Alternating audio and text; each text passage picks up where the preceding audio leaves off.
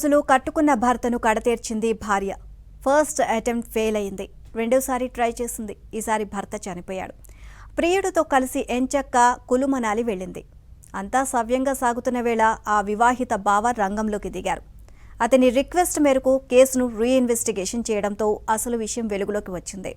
Suspense thriller మూవీని తలపించే ట్విస్టులు ఈ కేసులో ఉన్నాయి. ఇంతకీ ఏం జరిగిందంటే, హర్యానా పానీపట్కు చెందిన వినోద్, నిధి దంపతులు వ్యాపార పనుల్లో వినోద్ బిజీగా ఉండేవారు. నిధి స్థానికంగా ఉండే జిమ్కు వెళ్లేది. అక్కడ జిమ్ ట్రైనర్ సుమిత్తో పరిచయం ఏర్పడింది. అది ప్రేమగా మారి సహజీవనానికి దారితీసింది. ఈ విషయం వినోద్కు తెలిసింది. భార్య నిధితో పాటు సుమిత్ను చాలాసార్లు మందలించాడు. తీరు మార్చుకోవాలని హెచ్చరించాడు. వినోద్ ఒత్తిడి చేయడంతో నిధి, సుమిత్ తట్టుకోలేకపోయారు.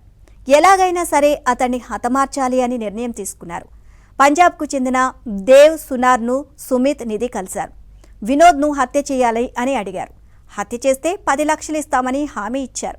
దీంతో వినోద్ కారును ట్రక్కుతో దేవ్ సునార్ 2021 జనవరి 5వ తేదీన ఢీకొట్టాడు. ఆ ప్రమాదంలో వినోద్ తీవ్రంగా గాయపడ్డారు. వినోద్ ప్రాణాలతో బయటపడడంతో నిధి, సుమిత్ నిరాశకు గురయ్యారు. అయితే ఆ తర్వాత ప్లాన్ బి అమలు చేశారు. వినోద్ను ఎలాగైనా సరే చంపాలని నిధి, సుమిత్ నిర్ణయం తీసుకున్నారు. మరోసారి దేవ్ సునార్ను ఆశ్రయించారు. అప్పటికే హిట్ అండ్ రన్ కేసు కొనసాగుతోంది. ఆ కేసు విచారణ జరిగే క్రమంలో ఓ రోజు వినోద్ ఇంటికి దేవ్ వచ్చాడు. కేసు వెనక్కి తీసుకోవాలని కోరాడు. అందుకు వినోద్ నిరాకరించడంతో తుపాకీతో కాల్చాడు.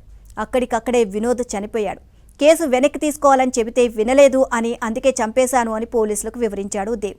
అయితే అతడి మాటలు విన్న పోలీసులకు అసలు ఏం అర్థం కాలేదు. హిట్ అండ్ రన్ కేసు కోసం వ్యక్తిని హత్య చెయ్యాలా అని అనుమానించారు. దానికి తోడు వినోద్ సోదరుడు సైతం హత్యపై సందేహం వ్యక్తం చేయడంతో వెంటనే కేసు రీఇన్వెస్టిగేషన్ చేశారు. విచారణ క్రమంలో నిధి, సుమిత్ రిలేషన్షిప్ బయటపడింది. వారిద్దరిని పోలీసులు తమదైన శైలిలో విచారించగా అసలు విషయం ఒప్పుకున్నారు. ప్రియుడి మోజులో కట్టుకున్న భర్తను నిధి కడతీర్చింది. ప్రియుడితో కలిసి అరెస్టై ఊచలు లెక్కబెడుతోంది.